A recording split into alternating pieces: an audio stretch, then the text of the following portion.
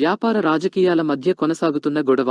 కుమారి aunty tiffin వ్యాపారంపై TDP, YCP మధ్య మాటల యుద్ధం. హైదరాబాద్ మాదాపూర్లోని ఐటీసీ కోహెనూర్ వద్ద కుమారి అనే మహిళ నడిపిస్తున్న టిఫిన్ వ్యాపారాన్ని సైబరాబాద్ ట్రాఫిక్ పోలీసులు మూసివేయించడంతో రాజకీయ రంగంలో కొత్త ట్విస్ట్ వచ్చింది. ఈ చర్యపై వైసీపీ తీవ్రంగా మండిపడింది. కాంగ్రెస్ ప్రభుత్వాన్ని టార్గెట్ చేసింది. వైసీపీ ఆరోపణలు ట్రాఫిక్ కారణంగా కాదు.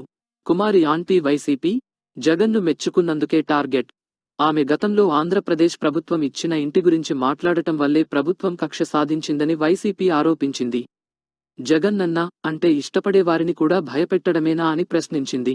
చంద్రబాబు, పవన్ కళ్యాణ్ ప్రేరేపణతోనే ప్రభుత్వం చర్య, చంద్రబాబు, పవన్లను కోనస కొడుకులు అంటూ వైసీపీ వ్యంగ్యంగా పేర్కొంది.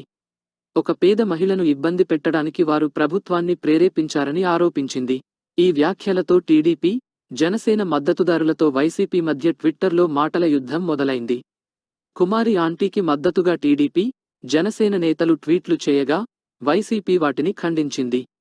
ట్రాఫిక్ కారణమేనని ట్రాఫిక్ పోలీసులు మాత్రం ట్రాఫిక్ కారణంగానే కుమారి ఆంటీ వ్యాపారాన్ని మూసివేయించామని తెలిపారు. హైటెక్ సిటీలో ఐటీసీ కోహెనూర్ వద్ద రోడ్డుపై ట్రాఫిక్ స్తంభించడానికి ఆమె వ్యాపారం కారణమని పేర్కొన్నారు.